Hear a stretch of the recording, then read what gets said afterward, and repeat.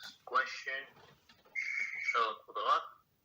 If one is a buyer at an estate sale, where normally the objective is to empty out the house as soon as possible, and it's common practice to make offers far lower than the market value, is one still obligated to make careful evaluations of all the items he intends to buy before purchasing them?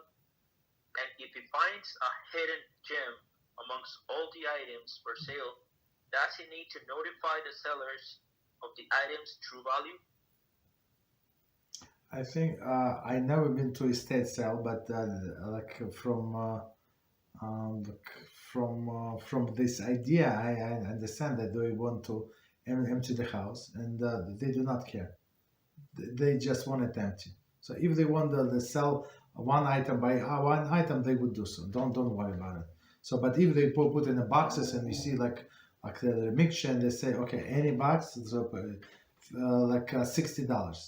$100 every box. You say $100.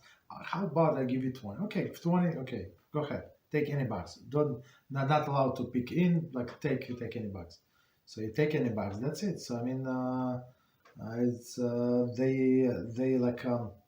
they release the rights when they do so. You understand?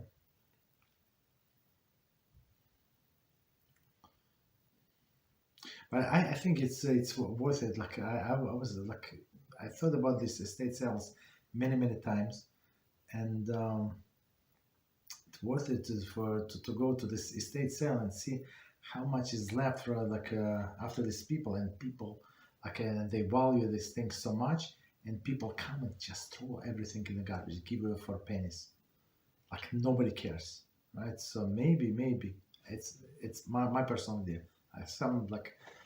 Some things I contemplate for a very long time.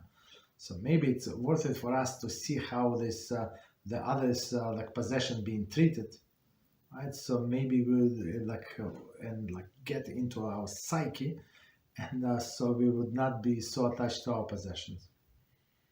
Understand?